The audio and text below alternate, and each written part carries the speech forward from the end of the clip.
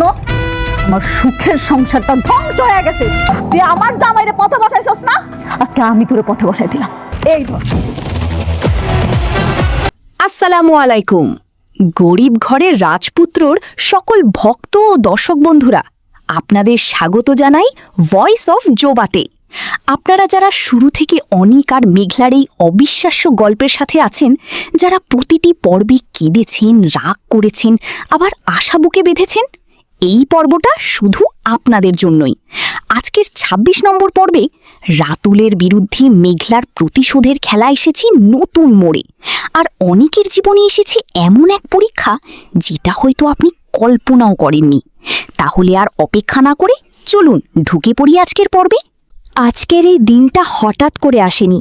এই মুহূর্তের জন্য মেঘলা অপেক্ষা করেছে দিনের পর দিন, রাতের পর রাত, বুকের ভেতরে কষ্ট চেপে রেখে, চোখের জল লুকিয়ে রেখে, কারণ সে জানত একদিন না একদিন এই সময় আসবেই।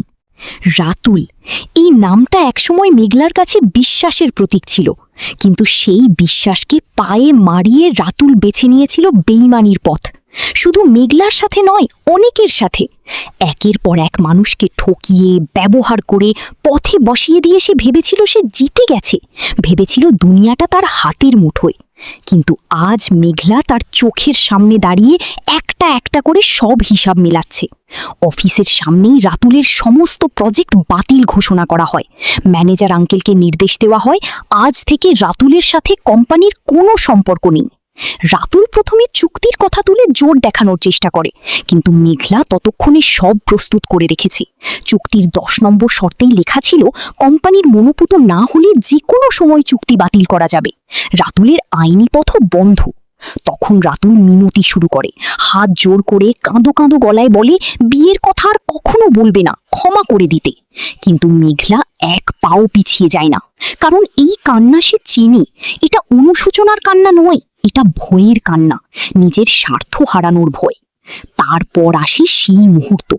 মেঘলা তার চাচার হাত থেকে নিয়ে রাতুলের হাতে তুলে দেয় একটি ভিক্ষার থালা, মাত্র ১০টি টাকা, আর বলে দেয় যা, এই থালা নিয়ে রাস্তায় গিয়ে তারপর আসে সেই মুহূর্ত। মেঘলা তার চাচার হাত থেকে নিয়ে রাতুলের হাতে তুলে দেয় একটি ভিক্ষার থালা, মাত্র ১০টি টাকা, আর বলে দেয় যা, এই থালা নিয়ে রাস্তায় গিয়ে ভিক্ষা কর। ঠিক যেভাবে রাতুল একদিন মেঘলার প্রিয়জনকে পথে বসিয়ে দিয়েছিল, আজ মেঘলা তাকেই সেই একই পথ দেখিয়ে দিল। দুনিয়াটা গোল রাতুল, তুই যা করবি ঠিক তাই একদিন ফেরত পাবি। রাতুল শেষ চেষ্টায় হুমকি দেয়, সে ভদ্র রাতুল থেকে অভদ্র হয়ে গেলে আরও ভয়ঙ্কর হবে। কিন্তু মেঘলা হাসে, কারণ সে জানে এই খেলা এখানেই শেষ নয়, দ্বিতীয় ধাপ এখনো বাকি।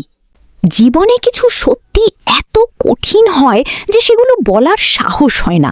লুকিয়ে রাখতে রাখতে একসময় সেই সত্যি ভেতর থেকে ভেঙে বের হয়ে আসে, ঠিক যেমন এই মুহূর্তে হলো। অনেক জানতে পেরেছে তার ভালোবাসার মানুষ বৃষ্টি কখনো মা হতে পারবে না। ডাক্তারের রিপোর্ট স্পষ্ট, কিন্তু এই সত্যি বৃষ্টি এতদিন লুকিয়ে রেখেছিল। হয়তো ভয়ে, হয়তো লজ্জায়, হয়তো ভেবেছিল একদিন সব ঠিক হয়ে যাবে। অনেক কষ্ট পেয়েছে, শুধু এই খবরে নয়, বরং এত বড় একটা সত্যি তার কাছ থেকে লুকানো হয়েছিল এটাতে। বিশ্বাসের জায়গাটায় আঘাত লেগেছে। সে বলে, তুমি আমার থেকে এত বড় সত্যি লুকালে। কিন্তু বৃষ্টি ভেঙে পড়েনি, কাঁদছে ঠিকই, কিন্তু হাল ছাড়েনি। সে বলে ট্রিটমেন্ট চলছে। সে বিশ্বাস করে আল্লাহ একদিন তার ডাক শুনবেন। ডাক্তারের রিপোর্ট যাই বলুক, তার ঈমান অটুট। এই দৃশ্যে সবচেয়ে বড় যে প্রশ্নটা ভেসে ওঠে, একজন মানুষ তার সবচেয়ে প্রিয় মানুষের কাছ থেকে কেন সত্যি লুকায়? অনেককে হারানোর ভয়, নাকি নিজেকে দুর্বল মনে না করার জন্য? হয়তো দুটোই। অনেক বলল, তুমি আমাকে অনেক কষ্ট দিয়েছ, কিন্তু একই নিঃশ্বাসে বলল, আমি তোমাকে ছেড়ে যাব না। কারণ ভালোবাসা মানে শুধু সুখের সময়ে পাশে থাকা নয়, ভালোবাসা মানে ঝড়ের মধ্যেও হাত না ছাড়া। বৃষ্টি বলল, আজ রাতে সে পথের মানুষদের খাবার দিতে চায়, কারণ নিজের কষ্টের মাঝেও অন্যের জন্য কিছু করতে পারলে মনে শান্তি আসে। এই একটি সিদ্ধান্তেই বোঝা যায় বৃষ্টি ভেতরে ভেতরে কতটা শক্তিশালী একজন মানুষ। মানুষের কোনো দুঃখই চিরস্থায়ী নয়। অনেক বৃষ্টির এই ঝড়ও একদিন থামবে, শুধু একসাথে থাকার সাহসটুকু ধরে রাখতে হবে। রাত গভীর হলেও কিছু মানুষের মনে ঘুম আসে না। মেঘলার ঘুম নেই, কারণ প্রতিশোধ নিলেই ভেতরের ক্ষত সারে না। রাতের এই নিস্তব্ধতায় দরজায় এসে দাঁড়ালো অনিক আর বৃষ্টির পরিচিত বন্ধু, কিন্তু ভালো খবর নিয়ে নয়। সে স্পষ্ট জানিয়ে দিল মেঘলা অনিকের সাথে আর কখনো দেখা করতে চায় না। তার মনে এখন শুধু ঘৃণা। দীর্ঘদিনের জমানো অভিমান আর কষ্ট সেটা এত সহজে গলবার নয়। এই কথাটা শুনতে কঠিন, কারণ মেঘলা বুঝতে পারছে সে ভুল করেছিল। রাতুলের সাথে জোট বেঁধে অনিককে অপমান করেছিল। সেই ক্ষতটা গভীর, এত সহজে মেটার নয়। বন্ধু সরাসরি বলল, তোমাদের সমস্যা কোথায় জানো? একজনের প্রতি আরেকজনের প্রচণ্ড ঘৃণা।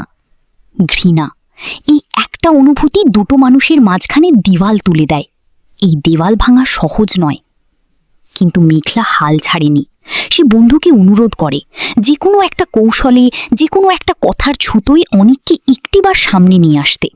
মেঘলা কথা দেয় অনিকের সামনে পেলে সে সব বুঝিয়ে দেবে, তার সম্পত্তি ফিরিয়ে দেবে, সম্পর্ক ঠিক করার চেষ্টা করবে। বন্ধু দ্বিধায় পড়ল। সে জানে অনিককে রাজি করানো সহজ নয়, কিন্তু মেঘলার অনুরোধের মধ্যে একটা আন্তরিকতা আছে, একটা সত্যিকারের অনুশোচনার গন্ধ আছে। তাই সে কথা দেয় একবার চেষ্টা করবে। বন্ধু মানে শুধু সুখের সাথী নয়, বন্ধু মানে সেই মানুষ যে দুটো ভাঙা মনের মাঝখানে সেতু হয়ে দাঁড়ায়। এই রাতটা শেষ হয় একটি ছোট্ট আশার আলো জ্বালিয়ে। বন্ধু চলে যায়। মেঘলা দরজায় দাঁড়িয়ে তাকিয়ে থাকে, অন্ধকারের দিকে নয়, দূরের সেই আলোর দিকে, যেখানে হয়তো একদিন অনিকের সাথে সম্পর্কটা আবার জোড়া লাগবে। রাতুল ভেবেছিল শালিমা বিল্ডার্সের প্রজেক্ট গেলেও সে সামলে নেবে, কিন্তু সে জানত না মেঘলার চালের গভীরতা কতটুকু। মেঘলা শুধু রাতুলের কাজ বাতিল করেনি, সে আগে থেকেই ব্যাংকের সাথে কথা বলে রেখেছিল। ব্যাংকের শর্ত ছিল স্পষ্ট, শালিমা বিল্ডার্সের সাথে চুক্তি বাতিল হলে পরবর্তী 15 দিনের মধ্যে সমস্ত ঋণ মুনাফা সহ পরিশোধ করতে হবে। আজ ঠিক সেই 15তম দিন। রাতুলের পরিবার হতভম্ব। তারা বলে, এত দ্রুত এত টাকা কোথায় পাবে? কিন্তু ব্যাংকের কর্মকর্তা নিষ্ঠুর বাস্তবতা জানিয়ে দেন, টাকা না দিলে সব সম্পত্তি নিলামে উঠবে। ঠিক তখনই মেঘলা হাজির হয় একটি প্রস্তাব নিয়ে। বাড়িটা শালিমা গ্রুপের নামে লিখে দিলে 50 কোটি টাকা সে ব্যাংকে দিয়ে দেবে। শুনতে অবিশ্বাস্য লাগে, কিন্তু বিকল্প নেই। রাস্তায় যাবে নাকি বাড়ি লিখে দেবে, এই দুটোর মধ্যে বেছে নিতে হবে। রাতুলের পরিবার কাঁদে, অনুনয় করে, কিন্তু মেঘলা স্থির। সে মনে করিয়ে দেয় ঠিক এইভাবেই রাতুল একদিন অনিকের কাছ থেকে সব কেড়ে নিয়েছিল, শর্তের ফাঁদে ফেলে কাগজে সই করিয়ে। আজ সেই একই কাগজ, সেই একই সই, কিন্তু এবার রাতুলের পরিবারের। মাত্র 15 দিনে যে মানুষ অন্যকে রাস্তার ফকির বানিয়েছিল, সে নিজেই রাস্তায় এসে দাঁড়ালো। এই দৃশ্যটা দেখতে দেখতে মনে হয় জীবন সত্যিই একটা চক্র। যে বীজ বোনা হয় তারই ফসল একদিন না একদিন ঘরে আসে। বাড়ি গেছে, টাকা গেছে, ব্যবসা গেছে, কিন্তু মেঘলার প্রতিশোধ তখনও পুরোপুরি শেষ হয়নি। কারণ শুধু সম্পদ কেড়ে নেওয়াটাই উদ্দেশ্য ছিল না, মনে করিয়ে দেওয়াটাই ছিল আসল উদ্দেশ্য। রাতুলের পরিবার বের হয়ে যাওয়ার মুহূর্তে মেঘলা তাদের থামিয়ে দেয়। তারপর হাতে তুলে দেয় সেই ভিক্ষার থালা। একটি নয়, 2টো থালা, কারণ পুরো পরিবারকেই পথে বসানো হয়েছে। মেঘলা বলে, অনেককে যেমনি খালি হাতে বাইর করে দিছিলা, ঠিক একইভাবে আজ তোমাদেরও খালি হাতে বের করে দেওয়া হলো। রাতুলের চাচি বলেন, বৌমা, আমি তো তোমার চাচি, আমি তো রাতুলের মতো না। কিন্তু মেঘলা এক কথাই বলে দেয়, যে মানুষ বেঈমানকে আশ্রয় দেয় সে নিজেও দায়মুক্ত নয়। এই দৃশ্যটা দেখতে কঠিন। মেঘলা নিজেও জানে সে যা করছে তা হয়তো সম্পূর্ণ সঠিক নয়, কিন্তু সে এটাও জানে যারা অন্যায় করে তারা যদি শাস্তি না পায় তাহলে অন্যায় থামে না। এটা শুধু প্রতিশোধ নয়, এটা একটা শিক্ষা, যে শিক্ষা হয়তো আর কেউ কোনোদিন ভুলবে না। মেঘলা দরজায় দাঁড়িয়ে দেখে রাতুলের পরিবার রাস্তায় বের হয়ে যাচ্ছে। তার মুখে বিজয়ের হাসি, কিন্তু চোখে একটু জলও আছে, কারণ এই জয়টা আনন্দের নয়, এটা বাধ্যতার জয়। প্রতিশোধের গল্পের পাশে জীবন চলে তার নিজের নিয়মে। এই গল্পে আছে অনেক, একজন স্ত্রী যে ভুল করেছে, সত্যি লুকিয়েছে, কষ্ট দিয়েছে, কিন্তু এখনো ভালোবাসে। সে স্বীকার করে নেয় সব, বলে আমি তোমাকে ঠকিয়েছি, প্রতারণা করেছি, আমি জানি আমি ভুল করেছি। এই স্বীকারোক্তিটা সহজ নয়, নিজের ভুল মুখে বলা এটা সবার পক্ষে সম্ভব হয় না। স্বামী কষ্ট পেয়েছেন, বলেন তোমার ভালোবাসার মধ্যে কমতি ছিল, কিন্তু একই সাথে বলেন আমি তোমাকে ছেড়ে যাব না। কারণ সত্যিকারের ভালোবাসা ভুলের উপর দিয়েও টিকে থাকে। সে বলে না যে সব ভুলে গেছি, বলে যে ভুলতে পারিনি, কিন্তু তবুও আছি। অনেক বলে সে বিশ্বাস করে আল্লাহ তাকে একদিন মা করবেন, ডাক্তারের রিপোর্ট যাই বলুক। এই বিশ্বাসটাই তার শক্তি, এই বিশ্বাসটাই তাকে প্রতিদিন সকালে উঠে আবার বাঁচতে শেখায়। তারপর সে বলে আজ রাতে সে পথের মানুষদের খাবার দিতে চায়, নিজে কষ্টে আছে তবুও অন্যের কথা ভাবছে। এই একটি সিদ্ধান্তেই বোঝা যায় ভেতর থেকে এই মানুষটা কতটা পরিষ্কার। স্বামী রাজি হন, দুজন মিলে বের হয় অন্ধকার রাস্তায় ক্ষুধার্ত মানুষদের জন্য। কারণ নিজের দুঃখকে ভুলে অন্যের পাশে দাঁড়ানোর মধ্যেই আসল মানুষ চেনা যায়। কষ্ট যখন সবচেয়ে বেশি, তখন যে মানুষ অন্যের কথা ভাবতে পারে সেই মানুষই সত্যিকারের শক্তিশালী। প্রতিশোধ নেওয়া হয়েছে, বাড়ি নেওয়া হয়েছে, রাতুলকে পথে বসানো হয়েছে, কিন্তু মেঘলার মনে এখন অন্য একটা প্রশ্ন ঘুরছে, এরপর কি? প্রতিশোধ মনকে সাময়িক শান্তি দেয়, কিন্তু সেই শান্তি স্থায়ী হয় না। মেঘলা বুঝতে পারছে অনেকের সাথে সম্পর্ক ঠিক না হলে ভেতরের ক্ষতটা কখনো সারবে না। তাই সে সিদ্ধান্ত নেয় রাতুলের কাছ থেকে উদ্ধার করা অনেকের সম্পত্তি তাকে ফিরিয়ে দেবে। এটা শুধু সম্পদ ফেরানো নয়, এটা একটা সম্পর্ক সারানোর প্রথম পদক্ষেপ।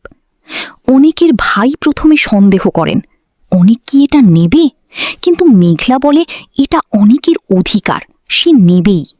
তারপর মেঘলা আসল কথাটা বলে, সে অনেকের সাথে একটিবার দেখা করতে চায়। ভাইকে অনুরোধ করে যে কোনো একটা উপায়ে অনেককে একবার সামনে নিয়ে আসতে। মেঘলা কথা দেয় সব বুঝিয়ে বলবে, ক্ষমা চাইবে, সম্পর্ক ঠিক করার চেষ্টা করবে। ভাই অনেকক্ষণ চুপ থাকেন, তারপর বলেন ঠিক আছে, চেষ্টা করব। মেঘলা কৃতজ্ঞতায় মাথা নামায়, এই একটুকু আশাই এখন তার কাছে অনেক বড়। প্রতিশোধ নেওয়া সহজ, কিন্তু ক্ষমা চাওয়া সেটাই সবচেয়ে কঠিন এবং সবচেয়ে সাহসী কাজ। ভাই উঠে যাওয়ার আগে মেঘলা তাকে থামায়, চা নাস্তা না করে যেতে দেবে না।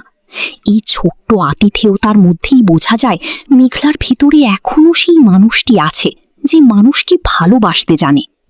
প্রিয় গরিব ঘরে রাজপুত্রের দর্শক বন্ধুরা, আজকের ২৬ নম্বর পর্ব এখানেই শেষ। রাতুল আজ রাস্তায় এসে দাঁড়ালো, আর মেঘলা প্রমাণ করে দিল বেঈমানির জবাব একদিন না একদিন আসেই। কিন্তু অনেকের জীবনে যে ঝড় এসেছে সেটা কি আদৌ থামবে? ভালোবাসা কি টিকবে? এই প্রশ্নের উত্তর পেতে হলে পরের পর্বের জন্য অপেক্ষা করতেই হবে।